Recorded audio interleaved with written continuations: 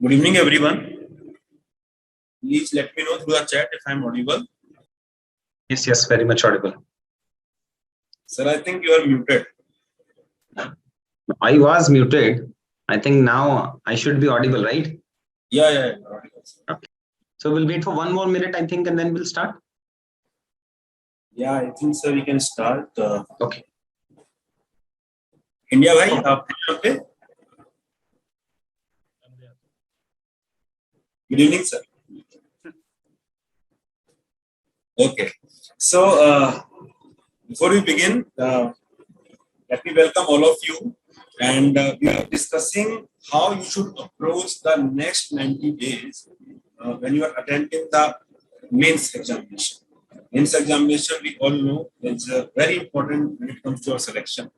ना आपका 1750 नंबर का एक पेपर है और lot of your final result will depend upon the marks that you will be scoring in these 7 papers. Yes, तो मैं सबसे पहले कुछ बात करेंगे कि क्या मिस्टेक्स हैं जो हमको नहीं करनी है when we are preparing for the mains examination, and then I will request India bhai to share his strategy, then Ankit sir will also share his experience and how you can prepare this mains examination in a better manner. दोस्तों सबसे पहले तो मैं ये बोलूंगा कि mains का मौका मिला है और ऐसे प्रीलिम्स को देने के बाद मिला है, तो मेरे ख्याल से ये सबके दिमाग में होना चाहिए. My voice is not clear? यार मुझे तो क्लियर ही आ रही है actually. Maybe some other students को शायद नहीं आ रहा. क्लियर है. क्लियर है. मुझे तो क्लियर आ रहा है. क्लियर है सर.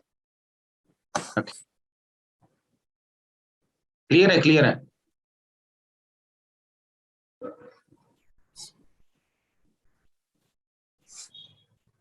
एमके सर का लैपटॉप यूएस रिटर्न है ना, इसलिए जल्दी ज्यादा आ जाता है. ओके, सो ये प्रीलिम्स देके हम आए हैं और हमने देखा है कि कितना अनसर्टेन प्रीलिम्स है, राइट?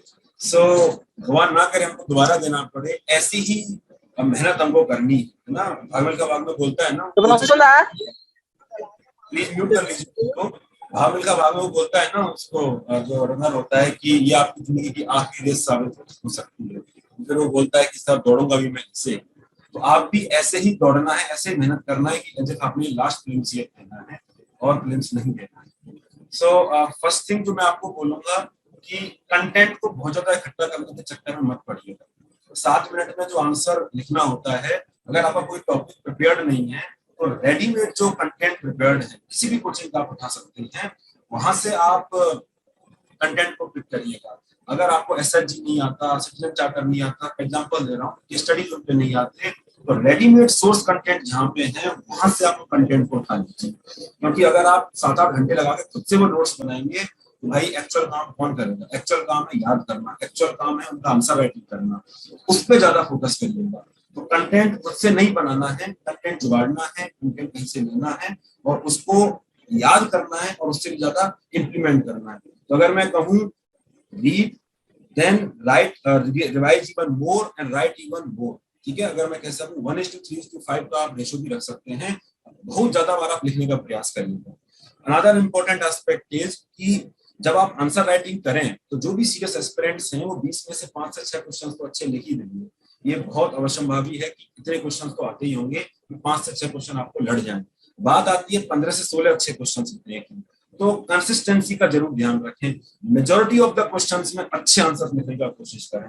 केवल 5-6 क्वेश्चन से बात बनने वाली नहीं है. आपके जो मार्क्स हैं वो 80-90 के आसपास ही रह जाएंगे. अदरवाइज अगर मार्क्स 120-130 के आसपास लेके जाना है तो आपके लिए बहुत जरूरी है कि आप इस चीज को फॉलो करें. मेजॉरिटी ऑफ द क्वेश्चंस उनमें अच्छा करने का प्रयास करें. तो अपने जो आपका जो प्रिपरेशन है, अपना जो स्टेज ऑफ प्रिपरेशन है, आंसर राइटिंग है, उसको इस बात से जज करें कि 15 क्वेश्चन अच्छे लिखे कि नहीं लिखे, ना कि इस बात से कि 5 क्वेश्चन अच्छे लिख लिए और हम बहुत खुश हो रहे हैं कि सर ने तो मुझको इसमें 10 में से 6 नंबर दे दिए, 7 नंबर दे दिए. उससे कोई फर्क पड़ने वाला नहीं है. Majority of the questions has to be written in manner जो आपको 60% 50% ऑफ द मार्क्स फैच करें. और ये कंसिस्टेंट होना चाहिए. ऐसा नहीं होना चाहिए कि आज का ऐसे मैंने बहुत अच्छा लिख दिया और बहुत अच्छा फीडबैक मिल गया, सबने बोल दिया आपको रैंक आनी है और उसके बाद आप फिर वो चीज भूल जाए. ऐसा नहीं होना चाहिए. कंसिस्टेंटली आपको अच्छा लिखना है और जब ऐसा होता है तो आई एम वेरी श्योर जो हम एमके सर बैठे हैं, इंडिया भाई यहाँ बैठे हैं, हम सबका ये एक्सपीरियंस है, जो बच्चा कंसिस्टेंटली अच्छा करता है, मेजॉरिटी ऑफ द क्वेश्चंस में अच्छा करता है, उसका हर मेंटर को फील आ जाता है कि भाई इस बार टॉप करेगा, इसका तो रैंक आना है। तो ये कंसिस्टेंसी को जरूर हमको मेंटेन करना है, मेजॉरिटी ऑफ द क्वेश्चंस को ध्यान रखना है, कंटेंट लिखना नहीं है, खुद से कंटेंट मत करिएगा, कंटेंट को जो आउटसोर्स करिएगा, कंटेंट खुद से मत प्रिपेयर करिएगा, जो मेहनत करनी है उसको याद करने में करना, उसको अप्लाई करने में करना, समझने में करना, और उससे भी ज्यादा आंसर राइटिंग में करना। बाकी इंडिया भाई जो है, I think I will invite him. He has mentored great ranks last year, including All India rank 10. So I will invite India bhai to share his wisdom. Sir आप बताइए कि बच्चों को कैसे मेंस का तैयारी इस समय करना चाहिए and how we can be helped by our parents. Thanks a lot, Piyush sir. Piyush sir has already told many things. This is just a pinch of salt. He has his own classes on ethics and essays, in which you will be able to know much more than just what he told just now. Let me concentrate on the my portion of this core batch, or overall हम लोग क्या करने वाले हैं, on what will be the right direction for you to study. See, let me tell you that since you have got the chance to write the mains, never waste this attempt in thinking of like what to do, how to study, where to study, which coaching you have to join. This coaching is charging high, this coaching is charging less. See, time is what is mattering now. Money will not matter at all, matter a lot.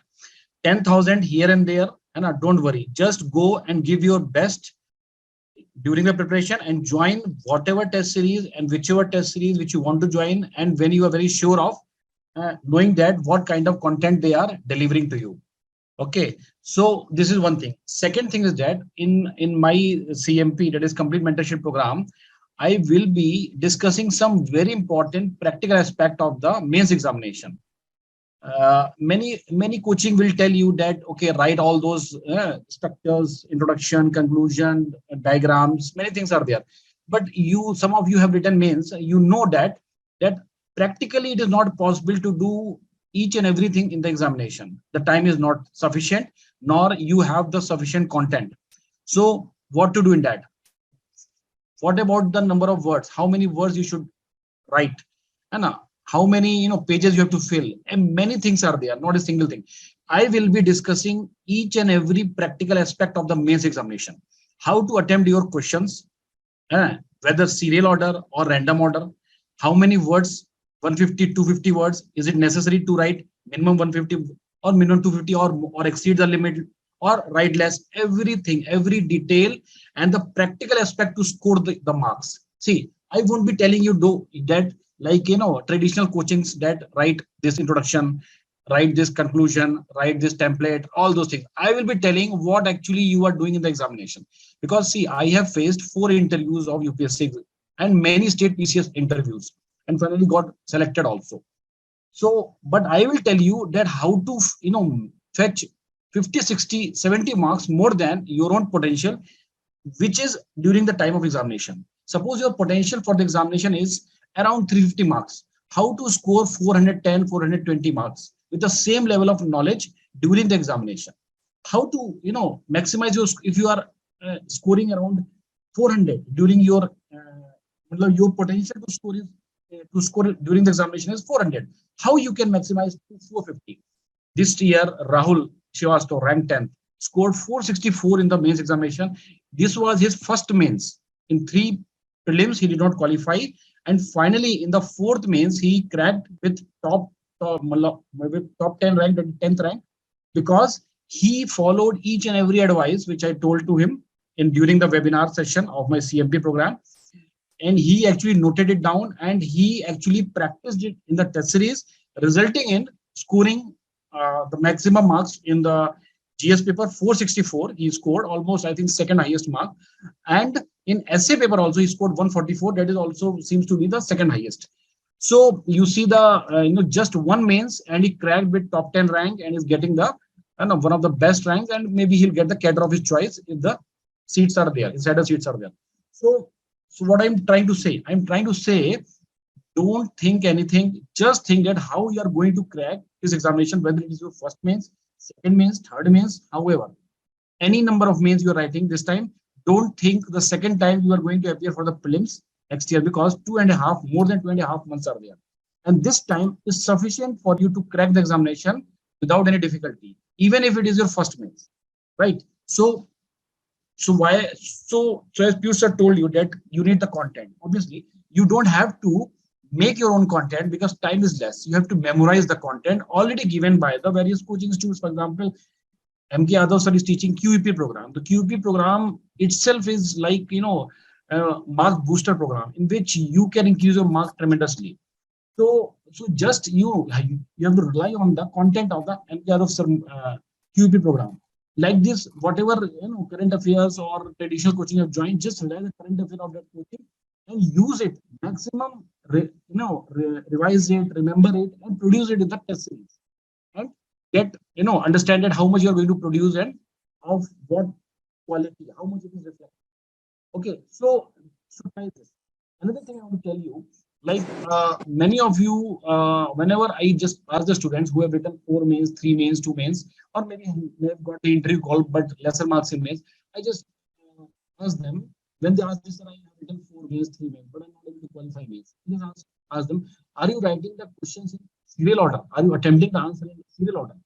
They will say yes, sir, and there lies the right. So I'll be telling you that how and why you should not attempt the questions in serial order. You have to attempt in the best of 2 worst order. I will tell that. I'll discuss it completely. Okay. Another thing, like, do we have to write many things in the ethics paper? Like, so many things are there, like ethical dilemma and a summary, stakeholders, many things are there. I will discuss that also, whether you have to write each and everything or not. So like this, there will be a lot of things. Every paper we are going to discuss. Okay, every paper I am going to discuss in all the webinars. That is a part of CMP program, which is a part of the core program of IS Hub. Okay, we'll be discussing each and everything. Also, I'll be in the CMP program, you'll be getting the best copy also, and you will get the model answer also.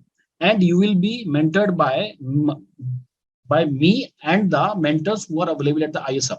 For any problem, any issue, you can take my number, get back to me, call me, discuss with me any problem you're facing in the core program or CMP program, right? So I'll be there throughout your journey. Even I will pick the call in the 12 midnight also.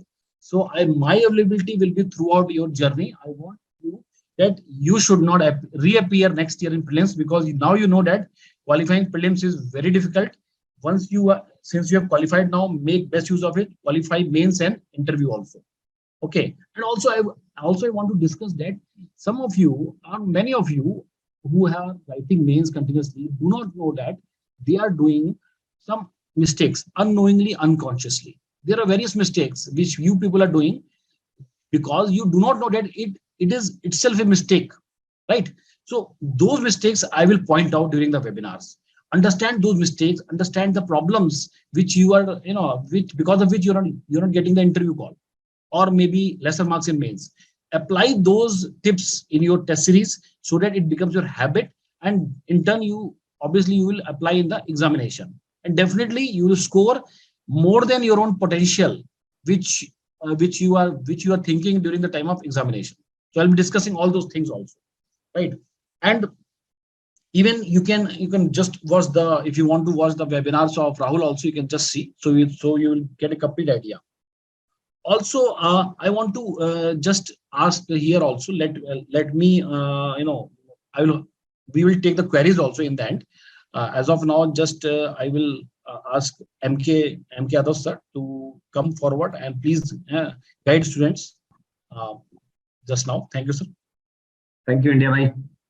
So I think before I will explain you the next 3-month strategy, I was sitting with one of our students, Shubham Yadav. He got all India rank 263. So वो चाह रहे थे कि वो करीब उनकी थोड़ी सी last year जब वो सेलेक्ट हुए उसमें नंबर ऑफ डेज थोड़े कम थे. मेडिकल हेल्थ जब मैं इंडिया भाई को सुन रहा था कि 90 डेज का प्रिपरेशन है, तो इनका प्रिपरेशन का तो टाइम इनके पास आई थिंक 40-45 दिन ही रहा होगा.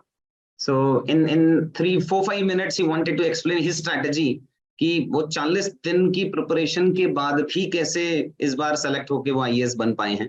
तो before I will explain you कि प्रिपरेशन कैसे करनी है, मैं चाहता हूँ शुभम आपको थोड़ा सा समझाएं कि ये नेक्स्ट 90 डेज का स्ट्रैटेजी उनका क्या था और आपका क्या होना चाहिए। ओवर टू यू बाला। नमस्ते।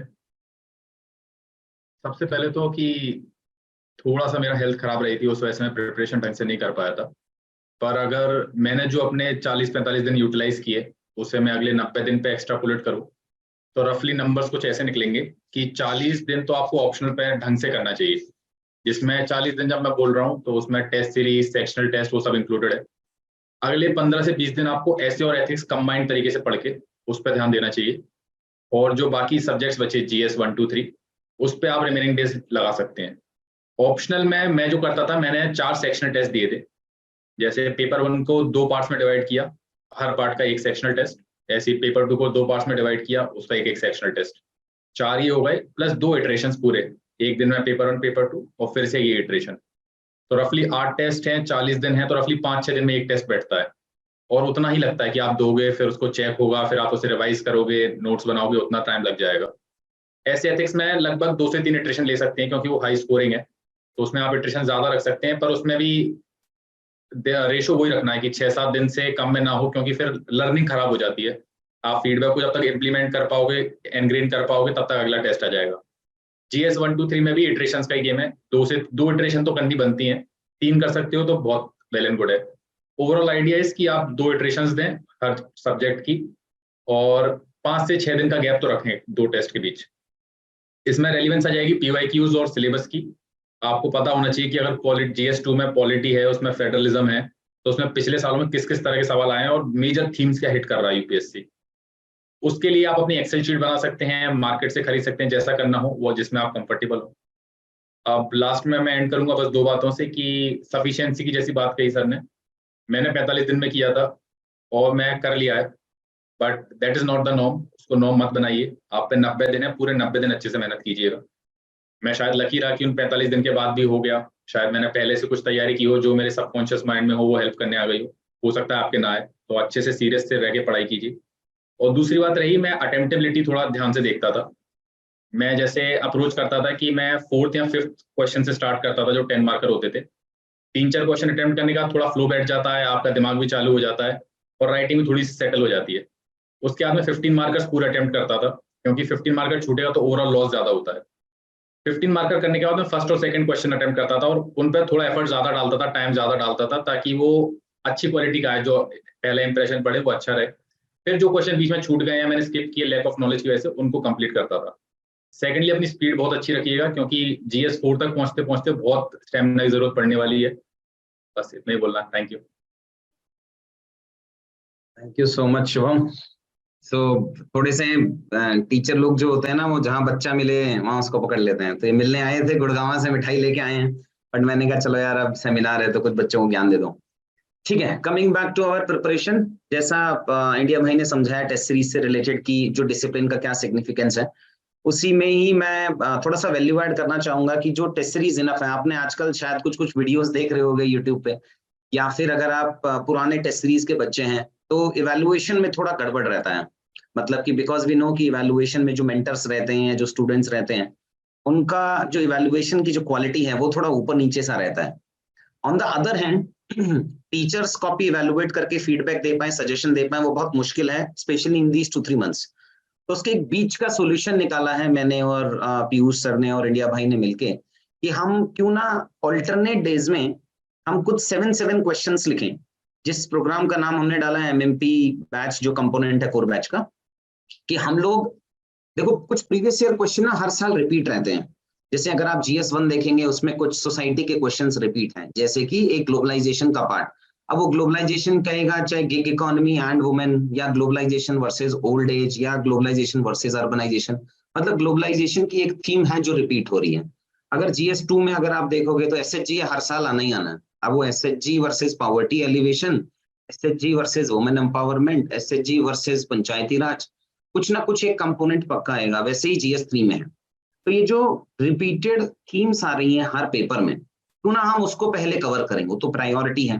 तो इसीलिए एमएमपी में जो हम टेस्ट लेंगे आपका every alternate days, Tuesday, Thursday and Saturday में, वहां फोकस मतलब मेरा ये रहेगा कि हम 4 क्वेश्चन प्रीवियस ईयर उठाएं और 3 एक्सपेक्टेड क्वेश्चन उठाएं। वो 7 क्वेश्चंस हमें रियल टाइम में लिखना चाहिए। देखो प्रिपरेशन मतलब हर, अगर मैं एक्सट्रीम लेवल पे ले जाऊं तो बच्चा तो ये चाहता है बस कि गुरुजी आशीर्वाद दे दें और पेपर पास हो जाए, है ना, बट वैसा होता नहीं है। एफर्ट्स का गेम है, मेहनत का गेम है, जिसमें हम आपके साथ में हैं। सो अगर मेहनत करनी है तो आंसर्स लिखने पड़ेंगे यार, because answer is what between your final selection and where you are right now. उसको फर्क नहीं पड़ता आप किस बैकग्राउंड से आते हो, आप आईआईटी से आ रहे हो, आईएम से आ रहे हो या डिस्टेंस लर्निंग से आ रहे हो। अगर आपको पेपर पास करना है तो हमें आंसर राइटिंग करना पड़ेगा। तो आंसर राइटिंग हम एक दिन में आंसर राइटिंग नहीं सीखते हैं। आप 7 दिन तैयारी करोगे, संडे को टेस्ट लिखोगे, फिर उसके 10-12 दिन बाद आपको कॉपी मिलती है इन जनरल, तो 15 दिन तो चला गया अपना। अपन इंप्रूव कब करेंगे? 3 महीने का तो गेम ही बचा है पूरा। तो इसलिए after every alternate days you need teachers का feedback on your answer copies. You need toppers answer कैसे लिखते हैं उन क्वेश्चंस में। अगर ये सिनेरियो में, जैसे शुभम मेरे सामने बैठे हैं, अगर इस सिनेरियो में शुभम बैठे होते तो क्या आंसर लिखते? अगर इस सिनेरियो में ऑल इंडिया रैंक 10th बैठा होता तो कैसे आंसर लिखते? तो उनके हैंड रिटन आंसर्स हम आपको प्रोवाइड कराते हैं कि अगर ये क्वेश्चन में अगर ये बच्चा लिखा होता जो सेलेक्ट हुआ है वो कैसा आंसर्स लिखे। वो बहुत जरूरी है आपकी प्रिपरेशन में, बिकॉज जो टाइप्ड आंसर मिलते हैं उसमें एग्जाम्पल कहाँ डालना है वो नहीं पता। एग्जाम्पल में ट्राइंगल करके डालूं कि डबल अंडरलाइन करके डालूं, कहाँ माइक्रो डायग्राम्स ऐड करूं, किस तरीके की हेडिंग होना चाहिए। सो प्रोबेबली जो सीरियस बच्चा है मुझे लगता है उसको अल्टरनेट डेज में आंसर राइटिंग करनी चाहिए।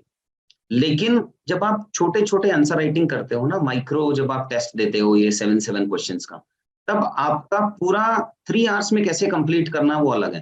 देखो 7 क्वेश्चंस का गेम अलग है और 20 क्वेश्चन का गेम अलग है।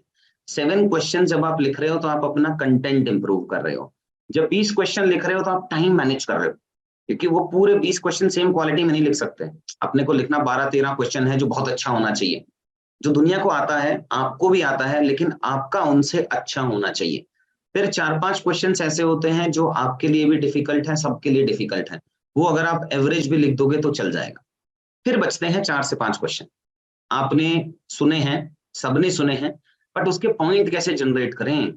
उसमें हम कुछ टेम्पलेट बेस्ड मैं कुछ कराता हूँ, जो टेम्पलेट बेस्ड आंसर राइटिंग आता है कि सपोज करो आपने पढ़ा है हॉर्टिकल्चर, फ्लोरिकल्चर और क्वेश्चन आ गया मिलेट्स का, एक्सपेक्टेड है इस बार बट आपने नहीं पढ़ा, और आपको लिखना है कि मिलेट्स के चैलेंजेस क्या हैं, आप नहीं पढ़ पाए थे उसको।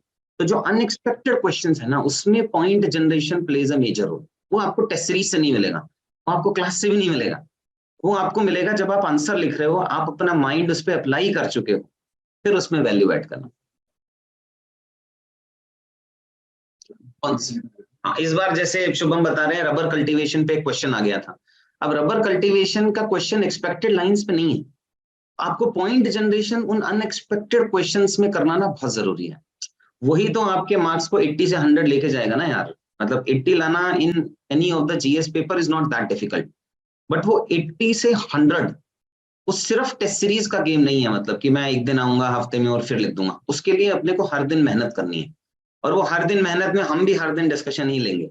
मतलब आप 2:30 से 3:30 आपको वो आंसर्स लिखने हैं, और 3:30 से 5 o'clock तक हम उसका डिस्कशंस लेंगे ब्रॉडली। जो इंटरनेशनल रिलेशंस है, इकोनॉमिक्स वाला पार्ट है, देन इंटरनल सिक्योरिटी है, क्लाइमेट चेंज वाला पार्ट है, ये सारे डिस्कशंस मैं लूंगा। पॉलिटी है, सोशल जस्टिस है, एथिक्स है, इन सब के डिस्कशंस पीयूष सर लेंगे। मतलब मेरे हिसाब से ठीक ठाक सा लेवल ऑफ कंटेंट आप लोगों को किस तरीके से अप्रोच, यार अप्रोच बहुत मैटर करता है।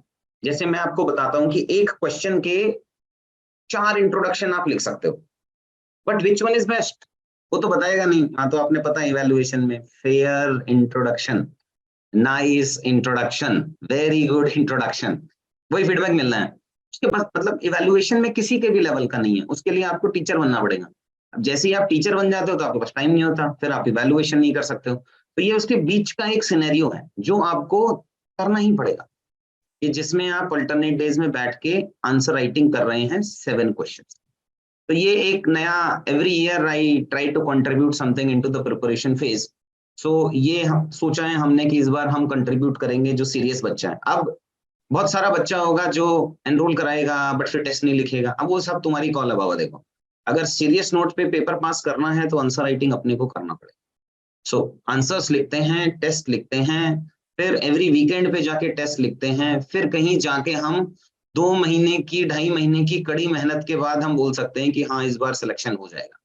एक बच्चा मैं बहुत बार मेंशन करता हूँ, उसका नाम सिमीकरण, फर्स्ट अटेम्प्ट में सिलेक्शन हुआ था, बट वो जरूरी नहीं है, बहुत बच्चों का फर्स्ट अटेम्प्ट में सिलेक्शन हुआ है, मतलब मेरे लिए तो नंबर बहुत नया नहीं आ रहे फर्स्ट अटेम्प्ट का बच्चा, बहुत बच्चे हैं। वो शायद 2019 में आई थी मेरे से मिलने प्रीलिम्स के अगले दिन। उसके बाद उन्होंने बोला था कि सर इस बार का तो प्रीलिम्स तो शायद हो भी सकता है, लेकिन पेपर तो अब मेंस तो पास होगा नहीं, 3 महीने में क्या ही कर लेंगे हम, और अगले साल की तैयारी बताओ आप। हमने कहा चलो मेहनत करके देखते हैं, अगर नहीं हुआ तो अगले साल तो देना ही है, अब प्री दे दिया तो अटेम्प्ट काउंट हो गया आपका। कुछ कुछ किया, मेहनत किया, उन्होंने भी बहुत सारा मेहनत किया। ये स्टूडेंट का भी ट्रस्ट ही रहता है कि अगर आप पूरे जीएस में आप पे वो ट्रस्ट कर रहा है, इतने सारे इंस्टीट्यूट है, कहीं भी जा सकते हो यार आप, और इतने हम पुराने भी नहीं थे, मतलब इतने पुराने नहीं थे उस टाइम पे, 2 साल हुए थे मुझे स्टार्ट हुए, बस 1 ही साल का रिजल्ट आया था, but she pose so much of trust on me, and for GS she only focused upon INR QEP, वहीं से अपना कंटेंट वंटेंट बढ़ाया एंड ऑल, क्लास में आती थी। और जब फाइनल एग्जाम से पहले मुझे लग रहा है कि 5-6 दिन पहले जब हम मिले थे, तो तब उसने हमने पूछा भाई अब तो ठीक ठाक से आंसर राइटिंग बहुत कर नहीं पाए थे, तो मेरे पास उनके उसके आंसर्स नहीं थे जिसको मैं देख के बोलता कि हाँ हो जाएगा। आखिरी के 5-7 दिनों में ही उन्होंने सारे आंसर्स लिखे हैं। फाइनली व्हेन शी डिसाइडेड, उसने बोला हाँ सर अब लग रहा है हो जाएगा, और उसी साल में उनका ऑल इंडिया रैंक 31 आया। तो आंसर राइटिंग ही मेजर गेम है। देखो बच्चा, आपको सिर्फ 150 वर्ड्स में आंसर लिखना है, 25 वर्ड्स का इंट्रोडक्शन, 25 वर्ड्स का कंक्लूजन, 50 वर्ड गए, और हर किसी 10 मार्कर क्वेश्चन में 2 पार्ट्स आते हैं, मतलब 50 वर्ड्स का गेम है बस। 50 वर्ड्स आपके बेस्ट हैं और उसमें 5-5 पॉइंट्स तो लिखोगे, तो मतलब वो 10 वर्ड्स हर पॉइंट के, वो ही मेक इट और ब्रेक इट की सिचुएशन डिसाइड कर। आई थिंक मेरी तरफ से मैं थोड़ा मोटिवेटिंग वाला फैकल्टी नहीं हूँ यार, है ना, जो आंसर सुन के लगे आपको और इस बार तो तोड़ फोड़ देंगे, थोड़ा रियलिटी चेक वाले हैं मतलब। तो मेरी तरफ से इतना ही इनपुट है, बाकी मैं चाहूंगा पीयूष सर से कि थोड़ा हैवी सा डिस्कशन हो गया, so in case if you want to evaluate something यार पीयूष। आप म्यूट पे हो भाई। Thank you sir. सर जो एमएमपी सेशंस बता रहे हैं ये they are like net practice sessions. तो सर बोल रहे थे कि कंटेंट मिलेगा, तो MMP sessions focuses more on quality वाला पार्ट, कि आप जो आंसर्स लिख रहे हो उसको सबसे बेस्ट आंसर हम कैसे बना सकते हैं, 60% मार्क्स वाला आंसर कैसे बना सकते हैं, क्या डिफरेंट टेम्पलेट्स के हम यूज कर सकते हैं, तो वो वाला पार्ट हम क्वालिटी का फोकस करेंगे। जब तक हमें पता ही नहीं है, जब तक सपोज आपका एग्जामिनर आपकी कॉपी पढ़ रहा है, 20 क्वेश्चन देख रहा है, और 20 क्वेश्चन में अगर उसको एवरेज ही आंसर, एवरेज अगर उसको आंसर्स मिल रहा है, तो पता ही नहीं चलेगा कितनी इंपोर्टेंट स्टूडेंट थे। तो इसके लिए इंपॉर्टेंट है कि हम कम से कम कुछ आंसर बहुत ही अच्छी क्वालिटी से लिखें।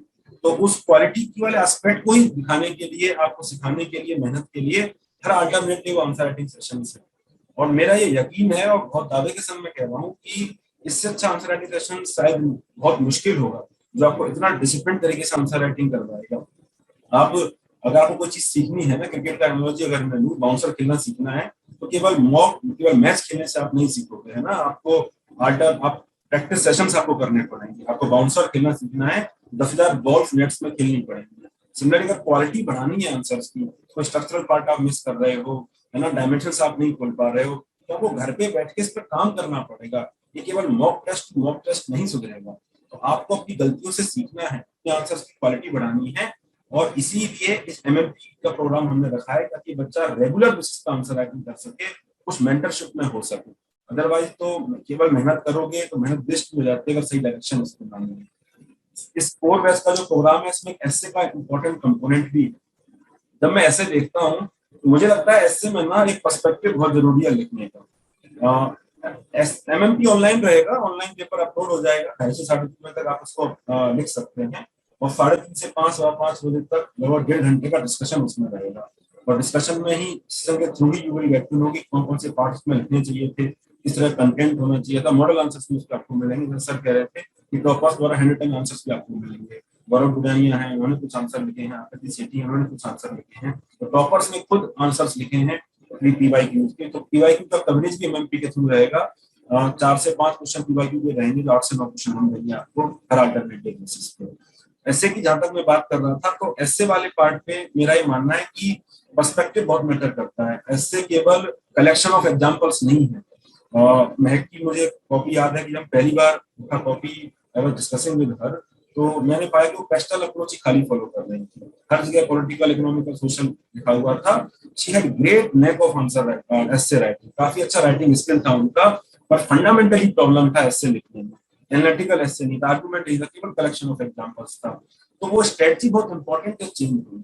ऐसे को डिफरेंट तरीके से लिखा, ऐसे का रिक्वायरमेंट ही कुछ और है।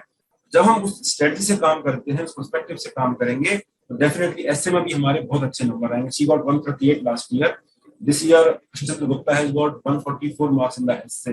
प्रोबेबली उनके भी मार्क्स टॉप 10 या टॉप 15 में रहे होंगे एस्से के इस साल के।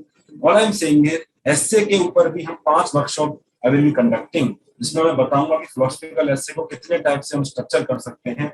अभी स्टार्टेड विद टुडे आल्सो, कैसे हम कंटिन्यूटी मेंटेन कर सकते हैं। आपको ऐसे ही कॉपी में लिख दिया जाएगा साइड में, मेंटेन कंटिन्यूटी। आपको कोई बताएगा नहीं कंटिन्यूटी कैसे मेंटेन करनी है। I will tell you how to maintain continuity, मैं डेमोंस्ट्रेट करके आपको दिखाऊंगा कंटिन्यूटी कैसे मेंटेन, कैसे ऐसे का टेम्पो रेज करना है ना। आप भाषण सुनते होंगे ना, तो उसमें जब मोदी जी भाषण देते हैं एकदम, और वो जो बच्चा है, जो ऑडियंस है ना, वो कैसे भावविभोर हो जाती है। कैसे वो जो उसका टेम्पो है उसको रेज करना है, उसकी हम बात करेंगे कि कौन से वो स्किल्स हैं, कौन से वो टेम्पलेट्स हैं जो हम ऐसे में फोकस कर सकते हैं। कंक्लूजन और इंट्रोडक्शन के कौन से स्ट्रक्चरल कंपोनेंट्स हैं, किसी स्टेटमेंट को कैसे लिखा जाता है, कंक्लूजन कैसे वे फॉरवर्ड का पार्ट नहीं होता। All these aspects we will discuss in the workshop only, ताकि जब आप ऐसे टेस्ट लिखना शुरू करें तो तब बहुत कुछ आप लर्न कर चुके हैं, बहुत कुछ आप इवॉल्व कर चुके हो अपना ऐसे राइटिंग, ताकि काफी सारी मिस्टेक्स पहले ही मिनिमाइज हो सके। और जब हमारा 1-to-1 इंटरेक्शन हो ऐसे के ऊपर, मैं आपका एक ऐसे 1-to-1 भी चेक करूंगा ऐसे ही गूगल मीट पे, जूम के थ्रू, और आपकी ऐसे की कॉपी स्क्रीन पे शेयर कर देंगे। पूरा ऐसे आपके संग में पढ़ूंगा 40 से 45 मिनट लगा के, भाई ऐसे में आप ये गलती कर रहे हो, ऐसे में ये कंटिन्यूटी नहीं आ रही है। आपसे डिस्कस करूंगा, पूछोगे कि सर को कैसे करें, ताकि आपकी फंडामेंटल पर्सनल प्रॉब्लम्स पे भी हम काम कर सकें ऐसे में। बट ये सब तभी पॉसिबल है कि हम कुछ एक एस्पेक्ट में उस चीज को कर लें, हम कुछ मिस्टेक्स को आइडेंटिफाई कर लें, कुछ स्ट्रक्चर अपने दिमाग में बना लें, कुछ ऐसे के ब्रेनस्टॉर्मिंग हम कर लें, फिलोसफिकल ऐसे को कैसे स्ट्रक्चर करना है वो हम वर्कशॉप में सीख लें। नहीं तो वो 20-25 मिनट और 45 मिनट का हमारा टाइम रहेगा आपस में, उन्हीं चीजों को रिपीट करने में खत्म हो जाएगा, और आपका जो स्पेसिफिक प्रॉब्लम है उस पर काम नहीं हो पाएगा। ठीक है, तो इसीलिए वो 5 जो वीडियोस हैं, 5 वर्कशॉप के सेशन से रखे हुए हैं। उसके बाद भी कैसे 1-to-1 करूंगा, बाकी कॉपी भी एक्सपर्ट्स के अंदर हम चेक करवाएंगे। So core batch comprises of MMP, India by CMP program and the essay part. Essay में 5 essay में tests हैं, जिसमें एक face to face evaluation है, and there are 5 essay workshop also. India by will be taking regular webinars with you, और इसमें जो आपके individuals प्रॉब्लम है उनको डिस्कस करेंगे, अपना प्रैक्टिकल पर्सपेक्टिव शेयर करेंगे as to how you can enhance your marks. So दोस्तों, core batch is about intensive answer writing, core batch is about practical जो हमको एस्पेक्ट्स से उनको ध्यान में रखना है जब हम आंसर राइटिंग कर रहे हैं, ताकि जो भी नॉलेज है वो केवल हमारे हेड में ना रहे, आंसर पे आ जाए जो एक्चुअल में एग्जामिनर आपको जज करने वाला है। ठीक है, it is all about guided mentorship, it is all about guided answer writing, ताकि आपकी जो मेहनत है वो सही तरीके से हम उसको तक पहुंचा सके आपके संग काम करके। I think बाकी कुछ आपको डाउट्स वगैरह हैं? Piyush sir, just wanted to add some more. Actually जो जैसा कि पीयूष सर ने और एमके सर ने बताया कि कोर जो हम लोगों ने बनाया है core program, it comprises of 3 parts. First is basically the essay writing. Second is MMP, for which MK sir has talked a lot just now, and CMP. CMP was my program previously, but we came together for the benefit of like every student कि तीनों मर्ज करके हम best चीज उसमें निकाल के लाए हैं कि ये बेसिकली मेंटर गाइडेड प्रोग्राम है। और मेंटर इसमें सारे अवेलेबल हैं, पीयूष सर है, एमके सर है, मैं खुद हूँ। और इसमें जो सीएमपी का शेड्यूल है और एमएमपी का और एसए का सारा इंटीग्रेटेड है। तो you can find the schedule from the website of IAS hub. वो जो अपडेटेड शेड्यूल आ गया है शायद पीयूष, न्यू वन, राइट? हाँ, एक वीक से खाली स्टैंड हुआ है, वो पीडीएफ एक्सटेंड हुआ। हाँ, तो those who have missed will get the recorded also. Classes का मिल जाए, कोई दिक्कत नहीं है, ऑनलाइन ऑफलाइन एवरीथिंग बहुत ही स्मूथ रहेगा। बस always try to attend the webinar. जो मैं वेबिनार लूंगा वो आपकी सारी डिफिकल्टी को जो आप फेस कर रहे हैं जो तैयारी में, वो आप पूरा नेचुरली सॉल्व हो जाएगा। मतलब every logical thing I will explain. You follow it in your test series और जो भी आंसर राइटिंग है, and you will feel the difference. ठीक है, जो प्रैक्टिकल अप्रोच है वो मैं बताऊंगा. थ्योरेटिकल अप्रोच तो आपने देख ली हुई है, सब जगह सबको पता है थ्योरेटिकल अप्रोच क्या है, ये पढ़ना है, वो रटना है और ऐसे लिख के आना है. मैं उस तरह से हम लोग डिस्कस करेंगे कि आई विल टेल यू कि भी क्या लिखना है, कैसे पूरा पेपर होगा. इन जनरल मेरे स्टूडेंट्स का कोई किसी स्टूडेंट का पेपर छूटता नहीं है, कितना भी टफ पेपर हो, कितना भी लंबा हो, स्टूडेंट का छूटता नहीं है, क्योंकि ये स्ट्रेटजी यही सब है. So I will be discussing this in webinar. बाकी बहुत सारी चीजें हमको डिस्कस करनी है. 6-7 वेबिनार लगेगा, आपका 3 महीना इसमें कवर होगा. लास्ट मंथ में कुछ स्पेशल टास्क है, वो मैं आपको बताऊंगा, आपको करना होगा. डेली आंसर राइटिंग शुरू हो जाएगा उसमें, मतलब एवरीथिंग कुछ करना है. मतलब मैं पूरा डिस्कस करूंगा आपको. यू विल डेफिनेटली जो भी फॉलो किया है उसको 400+ जीएस में कहीं नहीं गए. Last year Pallavi Verma already 2 बार उसने दिया था, मेरे साथ मेंटरशिप प्रोग्राम दिया था 2 साल. लास्ट ईयर उसके 410 आ गए जीएस में, जो लास्ट ईयर 400+ रेयर थे. इस साल राहुल श्रीवास्तव है 464. Even those people who did not get any rank, मेरे स्टूडेंट जो हैं जिन्होंने वेबिनार अटेंड किया, फॉलो किया, दे गॉट अराउंड 400+. ऑलमोस्ट जिन लोगों का नहीं हुआ है उनके भी, जस्ट बिकॉज की जो स्ट्रेटजी है वो प्रैक्टिकल है. You have to just follow it and utilize in the new test series या भी अपने जो भी आंसर राइटिंग है.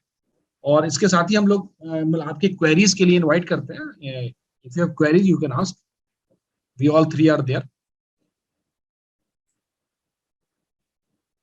सर के लिए क्वेरी है, एमके सर के लिए, करंट अफेयर्स. करंट अफेयर्स सच बताना है क्या इंडिया भाई? सच ही बताना है बच्चों को, आज सच का सच सामना बताना है यार. देखो करंट अफेयर्स कुछ होता है नहीं. Current affairs is broadly contemporary affairs with some new facts. जो यूपीएससी है ना, उसमें करीब 250, 300, 350 टॉपिक है. उन्हीं में से एक साल क्वेश्चन आ जाएगा, फिर अगली साल आ जाएगा. कभी अगर से आज एयरपोर्ट वाला न्यूज में चल रहा है तो उसका आ जाएगा. इस बार रेलवेज का एक्सीडेंट हो गया तो रेलवे सेफ्टी आ जाएगा. But that railway topic is in news since last 15-20 years. इस बार अगर हम देख रहे हैं एग्रीकल्चर में, बिकॉज मिलेट्स न्यूज में चल रहा है तो मिलेट्स का आ जाएगा श्री अन्न करके. बट हो सकता है हॉर्टिकल्चर आ जाए, हो सकता है फिशरी सेक्टर आ जाए, डेयरी सेक्टर आ जाए. तो ये जो करीब 300 टॉपिक है ना, ये आपको अच्छे से पढ़ने पड़ेंगे. वो 300 टॉपिक्स में से 200 स्टैटिक हैं और 100 न्यू हैं.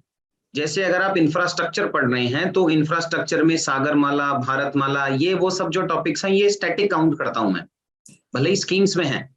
लेकिन अगर लॉजिस्टिक्स पॉलिसी आई है तो लॉजिस्टिक पॉलिसी के कैरेक्टरिस्टिक्स क्या हैं, वो आपको करंट अफेयर्स बोलते हैं. सो जो हम current affairs coverage and all पूछते हैं, वो हार्डली टोटल उसका 15-20% का ही गेम है. उसमें 2 ऑप्शन है. अगर पढ़ने से याद हो जाता है, मतलब नोट्स उठाओ जो ओआरएन में 100 रुपए में मिल जाते हैं, जो पीयूष सर बोलते हैं. यूपीएससी में सबसे सिंपल चीज क्या है? नोट्स बनाना. मार्केट में जाओ, 100 रुपए में खरीद लो, बोलो हाँ नोट्स प्रिपेयर्ड है. प्रॉब्लम क्या होती है ना, वो नोट्स जब रेप्लिकेट करना पड़ता है एग्जाम हॉल में, वो है सारा गेम. तो अगर याद करने में दिक्कत एंड ऑल है तो मैं पढ़ाता हूँ. आईएनए की क्लासेस चलती हैं जिसमें हर साल कुछ बच्चा जाता है, सेलेक्ट होता है. वो रैंक 2 भी हमारे आईएनए की कुछ कोर्स की बच्ची थी वैसे, और उससे पहले भी मतलब जीएस वाले उसमें तो हैं. सो अगर क्लासेस लेनी है तो इंटेंसिव न्यूज एनालिसिस की क्लासेस ले सकते हैं. अगर खुद से पढ़ना है तो मार्केट में करंट का काफी कंटेंट अवेलेबल है, वो आप पढ़ सकते हैं. बट सिर्फ करंट करके मत जाना कि मतलब ये करंट है मेरा और बस करंट फिनिश कर दूं. करंट कुछ नहीं होता, it is contemporary affairs. Core batch का कंपोनेंट है बेटा. कोर बैच इज सब डिवाइडेड इनटू 3 कंपोनेंट्स पूरा प्रिपरेशन में. एक एमएमपी है जो अल्टरनेट डेज की आंसर राइटिंग करनी है 7 क्वेश्चंस की. उन सिलेबस को मर्ज कर देंगे तो संडे को आपका एक 20 क्वेश्चंस का एक टेस्ट होगा, उसको सीएमपी है. और बिकॉज एसए के अंदर मेजर प्रॉब्लम रहता है बच्चे का, तो एसए की 5-6 क्लासेस हैं और एसए के 5 टेस्ट हैं. इन तीनों को जब हम मिला देते हैं तो हम उसको कोर बैच कह रहे हैं. बिकॉज हर किसी का अपनी मास्टरी, जैसे सीएमपी में I can not have that mastery like India भाईज. उतने साल से पढ़ा रहे हैं, टेस्ट सीरीज इवैल्यूएशन में, मेंटरिंग में इतने अच्छे बच्चों के मार्क्स आ रहे हैं. सीएमपी यूजुअली इंडिया भाई देखते हैं. ऐसे वाला जो कंपोनेंट है वो पीयूष सर देखते हैं, और हम थोड़ा डेली इवैल्यूएशन एंड ऑल वाला एमएमपी का पार्ट देखते हैं. So many queries are there, sir, in between. मैं एक बार देख लेता हूँ सर. शेड्यूल यार ये गूगल फॉर्म दिया है, इसको भर दो, शेड्यूल आपके साथ शेयर कर देंगे बेटा, या कोई भी और क्वेरी है तो इसको भर देते हैं। संतोष 2022 का क्यूईपी का बच्चा है, एक बार क्यूईपी का ओरिएंटेशन लिया है मैंने, यूट्यूब पे पढ़ा है संतोष, एक बार उसको देख लो।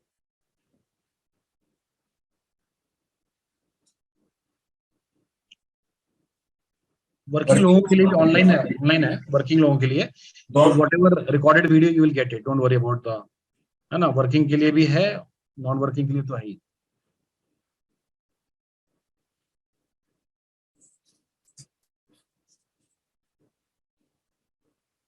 और मैं ये आपको बताना चाहता हूँ, सीएमपी की कॉपीज कौन इवेल्युएट करेगा, डोंट वरी डैट कि आपका ही फ्रेंड को इवेल्युएट कर रहा होगा, आपका ही दोस्त मित्र जिसका नहीं हुआ पीटी, वो कॉपी चेक करके आपको गाइड करेगा। बाकी जगह यही होता रहता है, क्योंकि इतनी भीड़ है, इतनी कोचिंग इतनी कॉमर्शियली मतलब एक्सप्लॉइटेशन क्या मतलब, यही हो सकता है, ये कोई और चारा नहीं है। लेकिन फॉर अस ऑलरेडी मैं भी काफी टाइम से सीएमपी इवेल्युएट खुद भी किया हूँ, और मेरे पास जो टीम है they are either the selected candidates और फैकल्टी, ठीक है, वो फैकल्टी हैं, वो पढ़ाते हैं मेरे साथ कुछ कुछ क्लासेस लेते हैं, वही लोग करेंगे। इवन राहुल श्रीवास्तव जो 10th रैंक है, कुछ एक कॉपी वो भी जब तक वो मसूरी नहीं जा रहे हैं वो इवेल्युएट करेंगे। कुछ और जो लड़के सिलेक्टेड हुए हैं मेरे पास, मनप्रीत है 600 रैंक का है, उसका पहला मेंस था, वो करेगा इवेल्युएट। ऐसे करके मतलब जो लड़के सिलेक्टेड है वो करेंगे, वो आपको गाइड करेंगे, मैं खुद करूंगा। इवन मेरे पास जो टीम है, जो फैकल्टी है, जो रेगुलर 4-5 साल से सीएमपी में गाइड कर रही है, वो करेंगी। यहाँ पे अनिका मैडम है, वो भी उनका बहुत अच्छा स्कोर रहा है, ऐसे में 158 रहा है, वो ऐसे का भी कॉपी चेक करती है, और ऐसे भी आपको जो भी चीज आपको डाउट रहेगा वो गाइड करेंगी। Hopefully she will also take one session with कप्यूस सर से के साथ एक क्लास उनको भी दे दिया जाएगा। तो ऐसे हम लोग बेस्ट टीम जो है हम लोग ला रहे हैं, ताकि यू गेट द बेस्ट। ये ऐसा नहीं कि एक ही आदमी को सब पता है, अलग अलग लोग यहाँ पे लेके आए हैं। क्यूईपी इज सर एड्रेस कर देंगे आई थिंक। सर डाउट है क्यूईपी एंड कोर बैच में क्या डिफरेंस? क्यूईपी तो कंटेंट का गेम है, थीम वाइज में 25 थीम्स हमने आइडेंटिफाई कर रखी हैं, तो वो तो कंटेंट है, उन कंटेंट से रिलेटेड आपको फैक्ट्स चाहिए, एग्जांपल्स चाहिए, केस स्टडीज चाहिए, कीवर्ड चाहिए, रेडीमेड कंक्लूजन्स रेडी चाहिए एंड ऑल। तो क्यूईपी क्वालिटी एनरिचमेंट प्रोग्राम है, वो तो आपको कंटेंट इंप्रूव कराता है, और उस कंटेंट इंप्रूव के बाद जब आंसर राइटिंग का गेम है तो एमएमपी और सीएमपी वाले बैच। इसमें एक्चुअली कुछ लोग पूछ रहे हैं कि जैसे I am part of ethics enrichment program and MMP, I want CMP but not as a part. देखिए इसमें क्या है ना कि आप कोई भी पार्ट ले सकते हैं, 3 पार्ट है कोर के, सीएमपी, एमएमपी और SA. You can take any one of also, कोई भी 2 भी ले सकते हैं। आप सारे लेंगे तो कोर में आपको ये कंबाइंड थोड़ा इसका जो फीस कम पड़ता है, ठीक है। अगर आपको कंबाइंड लेना है तो फीस कम पड़ेगा, टैक्सेस इंक्लूडिंग है, बाकी में प्लस टैक्सेस है, तो आप कोई भी ले सकते हैं, टू यू ओनली। तो आपने ले लिया है, कुछ लेना चाहते हैं। अभी कुछ लोग मुझसे पूछ रहे हैं कि हेक्टिक शेड्यूल हो रहा है, ये हेक्टिक शेड्यूल बस इसी वीक का है। आपका एथिक्स और एसए का मेजर कंपोनेंट इसी वीक में खत्म हो जाएगा, और नेक्स्ट वीक में 2 क्लास है। उसके बाद अल्टरनेट डे ही बस क्लास होगा। अल्टरनेट डे क्लास का मतलब टेस्ट होगा, टेस्ट का डिस्कशन होगा, उसके बाद कोई हेक्टिक नहीं। तो आपका 500 नंबर हम 1 महीने में करा रहे हैं, तो थोड़ा सा हेक्टिक तो होगा ही। उसके बाद केवल आपका आंसर राइटिंग का ही गेम बचेगा, उसके बाद पेपर 2 पेपर 3 आप सब कर सकते हैं। महीना आपको पढ़ना है, उसमें क्या है, 3 महीना पढ़ के कलेक्टर बन जाएंगे, जिंदगी आपकी मतलब चिल आउट हो जाएगी, राज करेंगे। 3 महीने की पढ़ाई, ये आप सोचिए कि 3 महीने मुझे झोंक देना है, और उसके बाद फिर सीधे सिलेक्शन होके निकलना है। हेक्टिक वेक्टिक कुछ नहीं होता, आपका काम ही क्या है, सिर्फ पढ़ाई करना है, सोना है, पढ़ना है, सोना है, बस 6 से 7 घंटा सोना, बाकी टाइम पढ़ते रहना। तो नहीं सोचना, हेक्टिक नहीं है, आप बिल्कुल लगे रहिए, ठीक है। बाकी मैं आपको बीच बीच में मोटिवेट करता रहूंगा, don't worry. You will need that India wise, क्योंकि मुझको पता है ना कि because I am in the service, जो वैल्यू जो पावर एक्सर्ट करते हैं ना, वो आप लोग को नहीं पता है। अगर आप जिस दिन जान जाएंगे तो आप रात दिन एक कर देंगे, और आप रात में सोएंगे भी नहीं। एमएमपी का बेसिकली ऐसा है, तो 8 सेक्शनल टेस्ट होता है जीएस का, है ना। आप कोई भी कोचिंग में जाएंगे, कोई भी रहता है, तो हर जीएस पेपर को 2 सेक्शनल पार्ट में डिवाइड कर देंगे, तो 8 सेक्शनल टेस्ट बन गया। तो हर संडे वो सेक्शनल टेस्ट है, उसी सेक्शनल टेस्ट का सिलेबस 3 मिनी टेस्ट में डिवाइड किया हुआ है, वही एमएमपी सेशन। संडे को जो टेस्ट है उसका सिलेबस ट्यूसडे थर्सडे सैटरडे को अल्टरनेटिव आंसर राइटिंग सेशन है, ताकि आपका पूरा दिमाग उस सिलेबस के कंप्लीशन पर आंसर राइटिंग नहीं रहे, सोचना ही नहीं है उसके आगे का चीज। उसको जानबूझकर इंटेंसिव बनाया गया है। हर अल्टरनेटिव आंसर राइटिंग करेंगे, डिस्कशन करेंगे, अपनी कमी पहचानेंगे, क्वालिटी पे काम करेंगे और हर संडे को वो मेंस का टेस्ट का पार्ट देंगे, 3 घंटे का पेपर देंगे। तो yes, GS1, GS2, GS3, GS4 all 4 papers will be covered in core batch. Total 20,000 का है टोटल कोर बैच, और मुझे लग रहा है ये one of the most cost effective component है। मार्केट में कहीं भी आप 12 टेस्ट का टेस्ट सीरीज लेंगे कम से कम 13-14 हजार रुपए का रहेगा, 5 एस से 7-8 हजार का आएगा, यही 20-22 हजार रुपए जाते हैं। तो इसमें MMP भी इंक्लूडेड है और PCR के विद इन एवरीथिंग इंक्लूडिंग है, तो काफी कॉस्ट इफेक्टिव वो चीज हमने बनाई है। इस चीज को ध्यान रखिए, MMP ऑलमोस्ट फ्री है कोर बैच के बच्चों के। एमपी कितने का मैं लिख देता हूँ। आई थिंक 6,500 का है। Sir, I have a question. Can I ask? Yes, sir. Yes. So, sir, I have joined the ethics program already, and essay also will be covered by this core batch. Sir, I have enrolled for the core batch already. I want to know that how the content for GS 1, 2, and 3 will be prepared. It's like the test will be there in the MMP and the CMP both. But sir, how I myself should prepare for if I should join something for GS 1, 2, 3. India भाई आप address करें, मुझे करना। Sir 1, 2, 3 देखिए GS1 का तो किए होंगे ना कोर्स, आपको कहीं किए हैं आप GS1 का? नहीं सर, ऐसे मतलब कोई कोर्स नहीं किया है डेडिकेटेड इसके लिए। अच्छा, एमके सर तो सर कहीं करना चाहिए या खुद से करना चाहिए या कैसे करना चाहिए, जानना चाह रहा था मैं। अरे या वो वॉइस MMP ब्रेक के हो गई साथ थी, हो एक बार जाएगा? वापस बताओगे क्या? सर मैंने कोर बैच ज्वाइन करा हुआ है हाँ, एंड सर GS4 का जो पार्ट है वो तो पीयूष सर और ऐसे का पार्ट है वो तो कवर हो जा रहा है कंटेंट वाइज। ठीक है। सर GS 1, 2, 3 के लिए सर कंटेंट के लिए मैं कुछ ज्वाइन करूं अलग से या इस बार मेंस लिख रहे हो क्या?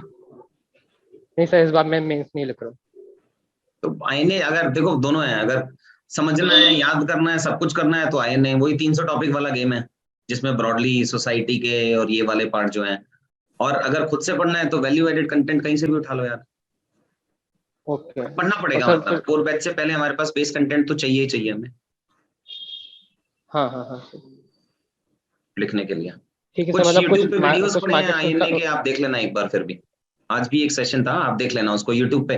देखो मेरे हिसाब से किसी भी बच्चे को कहीं भी कोचिंग इंस्टीट्यूट ज्वाइन करने से पहले एक बार यूट्यूब पे जाके टीचर का पढ़ाने का तरीका देख लेना चाहिए। अगर पेडागोगी हमें समझ में आ रही है कि टीचर अच्छा पढ़ा रहा है, because you will be the best just to decide क्या टीचर आपकी किसी वीकनेस को, कमी को दूर कर पा रहा है कि नहीं कर पा रहा है। आप इस फ्रीक्वेंसी पे हो, टीचर इस पे है, या उल्टा है, आप यहाँ पे हो, टीचर यहाँ पे है, गड़बड़ हो जाएगा। We should be on the same front, तभी वो रेजोनेंस फ्रीक्वेंसी बनेगा। थोड़ी मेहनत कर लेते हैं, जैसा आप इंडिया भाई बता रहे थे कलेक्टर बनने वाले हो भैया, तो एक बार जाके यूट्यूब पे, इतना तो हम कर ही सकते हैं यार कि हम अगर 5,000, 10,000, 2,000 भी कहीं फीस दे रहे हैं, यूट्यूब पे जाके हैव पेशेंस, वॉच 2 आवर्स का पूरा वीडियो टीचर का, देखो समझ में आ रहा है तो। एमएमपी में टोटल 24 सेशन है, 24 सेशंस है, syllabus is divided across 24 sessions. Sir QEP and INA का थोड़ा डिफरेंस बताएं ना प्लीज। क्यूईपी यार देखो, आईएनए में वो 300 टॉपिक्स हैं जो आपको हर बच्चे को हमें लगता है कि पढ़ लेना चाहिए, स्टैटिक और करंट मिला के। आईएनए पढ़ने से हमारे 85-90 मार्क्स का कवरेज हो जाएगा। जो हर्षित पूछ रहे थे ना कि मेरे पास कंटेंट नहीं है, भाई कंटेंट कहाँ से लाऊं? फूड प्रोसेसिंग सेक्टर क्या होता है, जैसे अगर पूछ लिया, वो तो बेस जो कंटेंट है 300 टॉपिक्स का, वो हम आईएनए में कराते हैं।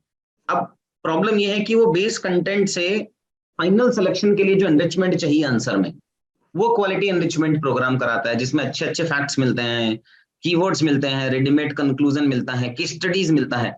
तो हर क्वेश्चन में आधा नंबर और 1 नंबर कैसे बढ़ाना है, वो क्वालिटी एनरिचमेंट प्रोग्राम का गेम है। और दोनों हर भी करने क्वेश्चन में चाहिए। 3 से 4 नंबर कैसे लाना है, वो आईएनए का गेम है। दोनों के ओरिएंटेशन वीडियो यूट्यूब पे अवेलेबल है। Yes sir, I watched it already and I was your prelims batch one of student, but I was confused. Thank you sir. ठीक है सर, एक डाउट था सर, वर्किंग एस्पिरेंट के लिए sir actually 3-4 घंटे ही मिल पाते हैं सर। तो उस केस में अगर मैं कोर प्रोग्राम दूं तो सर ये तो बहुत हेक्टिक हो जाएगा, मैनेज हो नहीं पाएगा। और प्रायर आंसर राइटिंग एक्सपीरियंस इतना है नहीं, बिकॉज फर्स्ट टाइम निकला है प्री। तो सर उसके लिए थोड़ा सजेस्ट कर देना सर, ऑप्शनल भी है साथ में। Although optional commerce and accountancy है, मैनेज हो जाएगा, but still I have to put some time for answer writing. तो उस केस में सर को तो ऐसा लग रहा है बहुत ज्यादा वो हो जाएगा हेक्टिक, या तो मेरा कंटेंट बिल्डअप नहीं हो पाएगा या फिर एक प्रैक्टिस ही हो पाएगी। तो उस केस में क्या ज्वाइन करना चाहिए सर? करना इससे तो पहले है मेंस लिखा है आपने कभी? नहीं सर, फर्स्ट टाइम ही निकला है ना मेंस। और बेसिक कंटेंट रेडी है आपका कि रेडी करना है अभी? नहीं सर, रेडी करना है सर। शून्य आईएएस को पढ़ा था मैंने, स्टैटिक का मटेरियल जीएस के लिए, फॉर जीएस ओनली, उसके अलावा कुछ ही नहीं। एथिक्स के लिए पीयूष सर का कोर्स लिया था जब पहले कोचिंग में थे सर वहाँ पे। तो बस ये इतना ही है मेरा भी। देखो इसमें कोर मतलब इसके रिगार्डिंग में अगर आपको टेस्ट सीरीज तो करना ही पड़ेगा, मतलब इररिस्पेक्टिव ऑफ दैट। अभी आपकी जब हमारी बात चल रही थी तो शुभम डिस्कस कर रहे थे कि वहाँ फाइनल में जब आप जाते हो ना एग्जाम देने, ग्लूकोज की बोतल बगल में रहती है, आयोडेक्स यहाँ रहता है, तो वो तो एक दिन तो होना ही होना है। मतलब 15 सितंबर को अपन को जाके ऐसा तो करना ही करना है। हाँ अब वो अपना डिपेंड करता है कि क्या हम उससे पहले उतनी प्रैक्टिस करके जाना चाहते हैं कि नहीं जाते हैं। मैंने आपको पहले भी बताया था, it is about only 50 words in each and every section of the answer। तो अगर हम 50 वर्ड का अच्छा कंटेंट जनरेट है हमारे पास तो मुझे लगता है कि हमें आंसर राइटिंग में घुस जाना चाहिए। लेकिन अगर हमें लग रहा है कि नहीं 50 वर्ड्स का अच्छा कंटेंट नहीं है टॉपिक पे मेरे पास अवेलेबल, तो फिर हम सीधा आंसर राइटिंग में नहीं जा सकते। फिर a course like MMP is a hard working course यार। तो शॉर्टकट्स में अगर हम जैसे चाहें कि वो नहीं है, वो कोर्स मेहनत का काम है, बट हाँ मेहनत है तो कलेक्शन है। नहीं वो तो सही है सर, बट फिर एमएमपी ज्वाइन करना चाहिए या क्या? बिकॉज टाइम तो 3-4 घंटे ही मिलेंगे सर। यार 3-4 घंटे से देख तू सच पूछे अभय तो बात ही नहीं बनेगी। नहीं अभी से छुट्टी चाहता हूँ, यू आर जॉब में आप छुट्टी ले सकते हैं। छुट्टी नहीं है सर, इतनी नहीं है सर, 15-20 दिन की मिलेगी देखिए, मैक्सिमम। आप खुद ही सोचिए कि जो लड़का यहाँ राजेंद्र नगर में 3 महीने 12-12 घंटा देगा और आप 4 घंटे देंगे तो 3 महीने का रिजल्ट। इंडिया भाई आपकी आवाज ना कम आ रही है थोड़ी पीछे से, शायद आप बोल रहे हैं तो थोड़ी आवाज वॉइस ब्रेक हो रही है। Now it is fine, now आ रही है। तो मैं अभय जी ये कहना चाहता हूँ आपसे कि आप ये कि जो लड़का राजेंद्र नगर में रह के 10-10 घंटा दे रहा है और आप 4 घंटे दे रहे हैं, तो 3 महीने में 10 घंटा और 4 घंटे का फर्क साफ दिखाई पड़ जाएगा।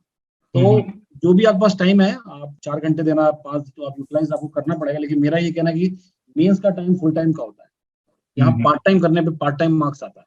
ठीक है, कहीं भी आप लैग करेंगे ना आपके नंबर कट जाएगा, नंबर से ही सब जुड़ेगा तब आपके मार्क्स। और जो भी लड़के सिलेक्टेड आपको दिखाई पड़ते हैं, जो भी आईएएस बन गए, जॉब कर रहे हैं, सबने के लिए होती है 3 महीने की। कोई भी नहीं ऐसा है जो जॉब करते 4 घंटे दे के आईएएस बन जाएगा, बड़ा मुश्किल है। किसी किस्मत चमक गई तो बात दूसरी। ठीक है, क्योंकि यहाँ पे फाइट हो रही है, नंबर की फाइट हो रही है, नंबर की आप लड़। तो ये फर्क है, बाकी आप देख लो जैसे करना है। 4 घंटे भी अगर आप यूटिलाइज कर सकते हैं एफिशिएंटली तो ठीक है। बेस्ट है कि छुट्टी उट्टी की कुछ व्यवस्था करिए एंड टू दिल्ली, और वहीं घर से ही अपने या ऑनलाइन या फिर वर्क फ्रॉम होम जो भी हो सकता है। क्योंकि ये आपको देखिए अपॉर्चुनिटी मिली है, प्रीलिम्स आपने क्वालिफाई किया, बार बार प्रीलिम्स क्वालिफाई होना भी आजकल बहुत टाइट हो गया है। यस तो so never neglect this opportunity, है ना, बार बार नहीं मिलती। ओके सर, यस, या रिकॉर्डिंग मिलेगा, डोंट वरी एवरीबॉडी। जिसको भी जो भी रिकॉर्डिंग है वो रिकॉर्डिंग मिलेगा, जो ऑनलाइन मिलेगा, वेबिनार जो मेरा उसका भी रिकॉर्डिंग मिल जाएगा, सब चीज है। कोई आप पढ़ना कोशिश करिए, आपको देने को तैयार है। मैं दोबारा भी अपना ले लूंगा, इसका छूट जाएगा। और तब भी किसी को प्रॉब्लम है मेरे को कॉल कर लो, कभी भी उनसे जो पूछना पूछ ले। आप बस पढ़ाई करिए and leave everything to us. हम लोग किसी में ना नहीं करेंगे, ठीक है? ठीक है, है ना, thank you. Piyush sir, MK sir, आप खुद बात, कोई भी चीज आपको है आप पूछिए, मोस्टली अवेलेबल करा देंगे। किसी में ना नहीं है मेरी, हम लोग की। ओके ठीक है, एमएमपी यार आप मुझसे पूछें तो केवल और केवल मैंने मतलब जो मुझे लगता है ना क्वालिटेटिव डिफरेंस जहां से आएगा इसी के लिए रखा है।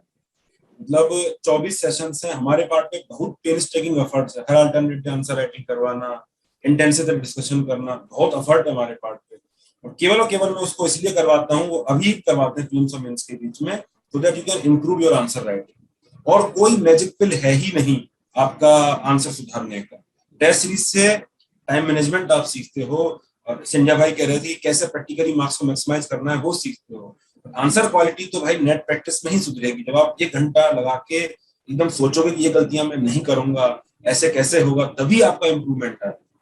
ठीक है, तो एमएमपी विल बी समथिंग जो ड्रामेटिकली आपका आंसर राइटिंग की क्वालिटी चेक करेगी। आप 2 महीने बाद उसको मिल सकते हैं, अगर नहीं होता है तो मैं गारंटी आपको देता हूँ, लगातार 24 सेशन से आपको लिखने हैं, ये आपको करना है, और जो भी मिस्टेक्स आपको लगे डिस्कशन में समझ में आए वो आपको इम्प्लीमेंट करना है। ग्रामेटिकली आपका आंसर राइटिंग चाहिए। सर एक डाउट था, मैं पूछ सकता आप हूँ? एमएमपी जो ऑलरेडी जो कोर बैच का कोई भी कंपोनेंट ले चुके हैं, either SA, MMP, CMP program, और उनको अपग्रेड करना है, तो जो रिमेनिंग अमाउंट है वो आप बात कर लीजिए, उतना ही करना, ज्यादा अलग से करने का जरूरत नहीं है ना, वो आपका अपग्रेड हो जाएगा कोर बैच, डोंट वरी, वो आप बात कर लीजिएगा, कुछ हो तो I will take care. Core batch in fact आज से ही शुरू हो चुका है। एसए का जो 5 वर्कशॉप था उसका पार्ट था, पहला वर्कशॉप आज मैं ले चुका हूँ, दूसरा वर्कशॉप कल है, तीसरा परसों है, 3 दिन लगातार है। फिलोसफिकल एसए का स्ट्रक्चरिंग की डिस्कस मैं उसमें कर रहा हूँ, कंटिन्यूटी कैसे बनाते हैं वो कल डिस्कस करूंगा। सारे पार्ट्स हैं जो स्टार्ट हो गया है, ये 3 दिन चलेगा एथिक्स एसए का वर्कशॉप।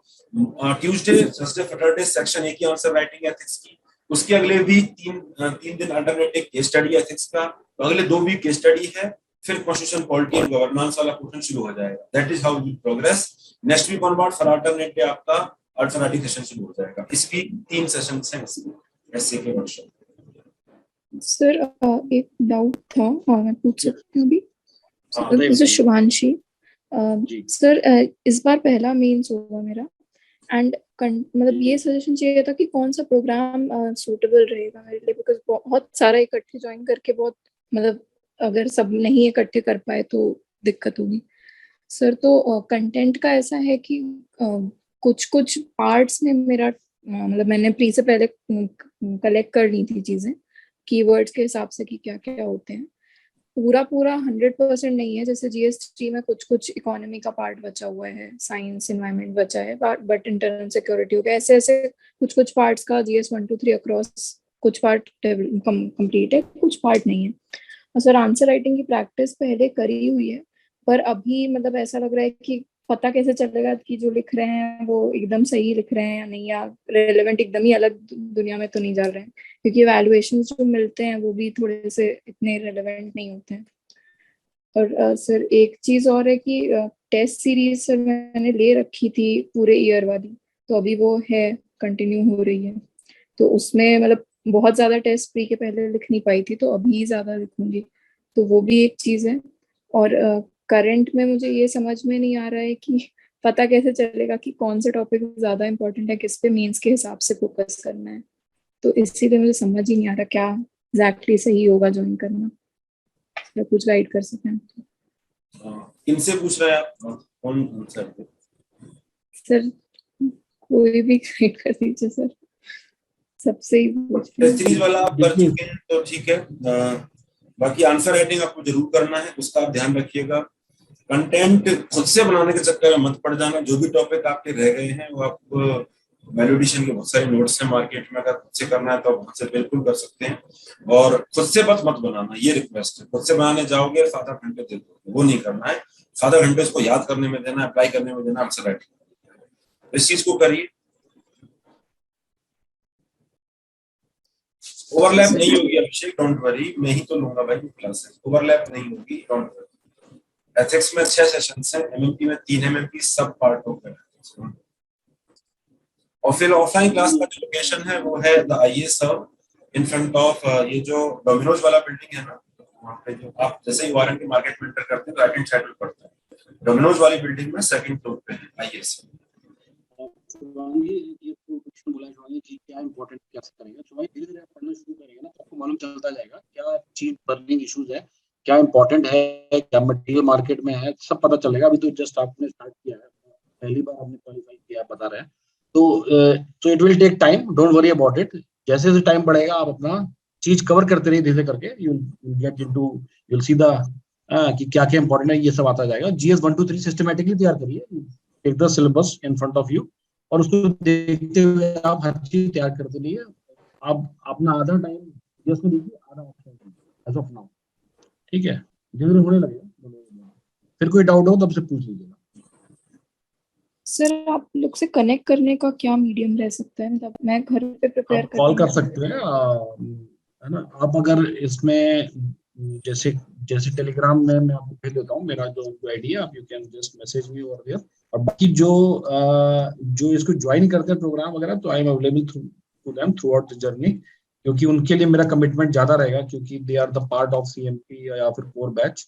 तो उसके लिए आई विल बी रात को 12 बजे 1 बजे भी कॉल करना हो तो निसंकोच कॉल करिएगा, ठीक है। और दिन में भी कभी कर सकते हैं, कोई भी डाउट आए, प्रॉब्लम हो तो मैसेज करिए, मैं देखा तो मैं रिप्लाई करूँ, ठीक है। ये मेरा टेलीग्राम आईडी है इंडिया भाई, इस पे आप कर सकते हैं मैसेज। और बाकी जो यहाँ कोर ग्रुप में ज्वाइन करेंगे उसके लिए हम लोग एक टेलीग्राम वो बना देंगे अलग से, उसमें भी हम लोग उनसे जो भी क्वेरीज है वो भी एड्रेस करेंगे। Okay sir, thank you sir. Okay, thank you. आप मेरे टेलीग्राम चैनल पे जुड़ जाइए, वहां पे मैंने लिंक दे रखा है, और personally you can just message me on Telegram. It is piyush_UPS @piyush_UPS. Let me just type it.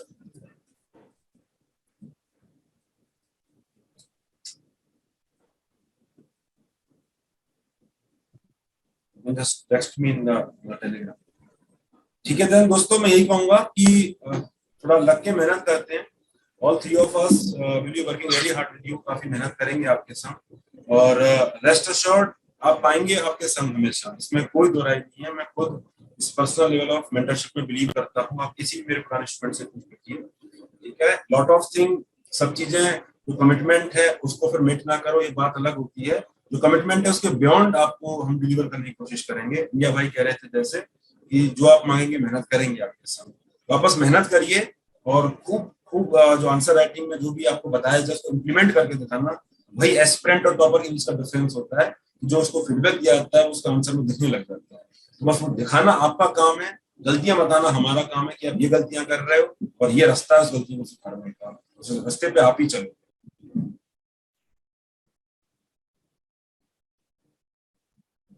unable to watch first essay lecture on app पे होना चाहिए I think. Yes, going beyond the minimum, don't worry, ये मेरा approach है। आप देखोगे जितना भी बच्चा है, इंडिया भाई की बात कर लीजिए, रेगुलर मेंटरशिप की बात कर लीजिए, एमके सर हमेशा स्टूडेंट से घिरे रहते हैं यहाँ पे। सो हम हमेशा आपके संग हैं, जो ORN में हैं आप आके मिल लीजिए, टाइम ले लीजिए। ऑनलाइन है तो रेगुलर गूगल मीट सेशंस हम कर लेंगे। तो मेंस का बच्चा है, आप चिंता मत करो, बहुत मेहनत करेंगे आपके साथ, ये मैं आपको कमिट कर रहा हूँ। हम लोग की तरफ से कमिटमेंट पूरा है। Now we are expecting the commitment from you. आप लोग एकदम लग जाइए, एक्टिव छोड़िए। जिस दिन बन जाएंगे लोग आपसे मिलने के लिए आपसे टाइम लेंगे, you will consider as a VIP person. आप बड़े बड़े लोगों को अपने चैम्बर के बाहर बैठा लेंगे, लेकिन कब? जब आप अपने टाइम का आप अभी महत्व समझेंगे, 3 महीने का, और बिना कुछ ज्यादा सोचे हुए कि बड़ी मेहनत है, बड़ा कष्ट है, उस तरफ नहीं सोचना है। हमेशा सोचना है कि जब सर आपने दिया, ओखली में दिया है, तो फिर मूसल से क्या डरना। ये जब मैं नया नया ज्वाइन किया था बाजी रामन रवि, तो राजेंद्र, तो वहां रविंद्र सर ने यही बोला था पहले। अब जब आ ही गए हो तो फिर डरना क्या है? जब प्रीलिम्स निकाल ही लिया है 2-3 साल की मेहनत या 1 साल मेहनत में, तो मेन से क्या डरना? यही तो मौका है, आपको चांस मिला है कलेक्टर बनने का। आप मिस कर देंगे तो फिर गया, अगले साल पीटी निकले ना निकले। So no, never leave any stone unturned. मैं कोई ये नहीं बोल रहा हूँ कि आप सीएमपी ज्वाइन करिए या मेरा करिए, लेकिन ये आप ध्यान रखिए, पैसों के, अगर आपको पैसे का फीस का वो लग रहा है जरा सा भी, तो don't think about it. Time is important, money is not important. आपकी इतनी ज्यादा सैलरी होती है आईएएस की, इतना 10,000 20,000 की कोई वैल्यू नहीं है। साल की वैल्यू है, जल्दी बन जाइए, कलेक्टर बन जाइए। जो इज्जत शोहरत है जो मिलेगी, उसकी कोई लिमिट नहीं है। That is intangible benefit which you will getting through out your life. 10,000 20,000 रुपए बचा के नथिंग यू विल गेट, ठीक है। निकलना है, बस ये सोचना है और कुछ नहीं सोचना है। जस्ट कि मुझे कहाँ बेस्ट मिल रहा है, चाहे क्यूईपी हो, चाहे सर हो, पीयूष सर हो, सीएमपी हो, कोर हो, जो भी आपको अच्छा लगे वहाँ ज्वाइन करिए, या कोई और अच्छा लगे वहां करिए। Don't think about money, think about time. Time is the only asset for you now. 3 महीना, ठीक है। वही है कहानी, जो 70 मिनट वाली बात है, इससे आपको कोई नहीं छीन सकता। लेकिन आप अगर यहाँ से वहां डाइवर्ट जो हो गए, तो फिर आपका ये 3 महीना चला जाए, फिर कोई और ले जाएगा बाजी, ठीक है। कोई भी रिग्रेट मत रखिएगा। Regret will haunt you. जिस पे आपको काम करना है, जो आपको काम करना है, इस बार कर लो। रिग्रेट नहीं रखना है। कंटेंट में कमी, कंटेंट पे काम करो। आंसर राइटिंग, ऐसे एथिक्स, जिस पे करना है, नो रिग्रेट ना। वो जो इंडिया भाई कह रहे हैं, वो दिनकर की एक लाइन है ना, जब नाव जल में छोड़ दी, मझधार में यूं मोड़ दी, दे दी चुनौती सिंधु को, धार क्या मझधार क्या, धार और मझधार आप मस्त सोचिए, अब बस आंसर राइटिंग पे काम करिए, मेहनत करो यार, रिजल्ट आता है, मेहनत करोगे रिजल्ट आए, साथ पे करो। तो जरूर जो result भी डाउट है आप फॉर्म वगैरह भर दीजिए, और जो मिलना चाहते हैं इंडिया वाइज वेबिनार हम रेगुलरली शेड्यूल कर लेंगे। आइए सब ऑफिस में आप आ सकते हैं, शाम को 6 बजे आप मिल सकते हैं। के सर अपना टाइम दे देंगे, मैं अपना टाइम दे रहा हूँ, मुझे कल सभी इवन क्लास आपको कोई टाइम नहीं देता, इवन आपको कोई टाइम नहीं देता, आप सबका नंबर लीजिए, कॉल करिए और मिलिए। ठीक है, हम लोग आपके लिए कमिटेड है, क्या आप अपने लिए कमिटेड हैं कि नहीं, ये आपको देखना है। ठीक है, सो यू कैन भाई कम टू आइए सब, कल भी आप आ सकते हैं, सर रहेंगे, पीयूष सर, एमके सर, मिलिए और आगे आगे प्रोसीड करिए। Yes sir. मुझसे मिलना हो तो रात 9 बजे के बाद ही आना देगा भाई, वरना वेटिंग लिस्ट मिलेगी आपको बहुत सारी। और करीब करीब 9:45 बजे आओगे तो हो सकता है हाँ एकदम फिर 0 वेटिंग लिस्ट मिले। मेरा यहाँ 10:30 बजे से निकलना होता है, एक राम को प्रोग्राम शुरू किया था 9:30 बजे का, वो 2 दिन से नहीं कर पा रहा हूँ कि बैठ जाता हूँ, यही लग जाता है। तो अगर ORN के आसपास में रहते हो और वेटिंग लिस्ट का बिल्कुल भी शौक नहीं है तो 9 बजे आओ रात को, बहुत बढ़िया, एकदम पक्का 100% अवेलेबिलिटी मिलेगी आपको 24/7। वो जो मैं बच्ची बता रहा था ना सिमीकरण, वो ये फर्स्ट अटेम्प्ट के बच्चे होते हैं ना, बड़े स्मार्ट होते हैं, मुझे इसलिए बहुत पसंद है। आदित्य शर्मा का एक सेशन है, आप यूट्यूब पे जाके देख लेना, एकदम उसको पता था क्यों क्या पढ़ना है, क्यों पढ़ना है, कैसे पढ़ना है, इसलिए MBBS के साथ में करते हुए पहले टर्म में पास कर गया। सिमी को पता था 7:30 बजे क्लास खत्म होती थी, मेरी क्लास की टाइमिंग्स यूजुअली 5:30 to 7:30 रहती हैं, बस 7:30 बजे क्लास खत्म होती थी, वो अपने घर चली जाती थी, वहां से वापस आती 9 बजे थी। उसको पता था 1-1.5 घंटे का ऊपर नीचे रहना है। तो अगर आपको मिलना है और वेट लिस्ट अगर वेट कर सकते हैं तो 8 बजे मिल लेंगे, और वेट नहीं कर सकते हैं तो 9 बजे मिल लेंगे। जब भी आओ मेरे से मिलने के लिए कुछ आंसर कॉपी लेके आना, आंसर कॉपी ही बीच का लिंक है आपके और इवैल्यूएटर के बीच में, तो मैं आंसर कॉपी देख के ही फीडबैक देता हूँ। ठीक है, देन आप फॉर्म जो पोस्ट किया है आप उसको भर दीजिए, एंड कोई भी क्वेरी होगी will get in touch with you. इस चीज का आप ध्यान रखें, और रेस्ट अश्योर्ड यार बहुत मेहनत करेंगे आपके संग, ये प्रॉमिस है ना, आप अनडाउटेडली इस चीज को रखें और मेहनत करते हैं यार साथ में। एक बार फॉर्म और एक बार वो कर देना, लिंक फॉर्म का लिंक मैंने दे दिया है, आप फॉर्म भर दीजिए। एक बार भेज दिए वो शायद। हाँ मैंने दोबारा, अच्छा मैंने साइन जस्ट दोबारा मैंने फॉर्म लिंक भेज दिया है, आप इसको फिल कर दीजिएगा and will connect. Okay then, thank you so much for joining, और मेहनत करते हैं दोस्त, है ना, डोंट वरी, हम सब साथ हैं। Thanks a lot everyone for joining and listening to us patiently. Thank you. Thank you, bye bye, good night. Good night.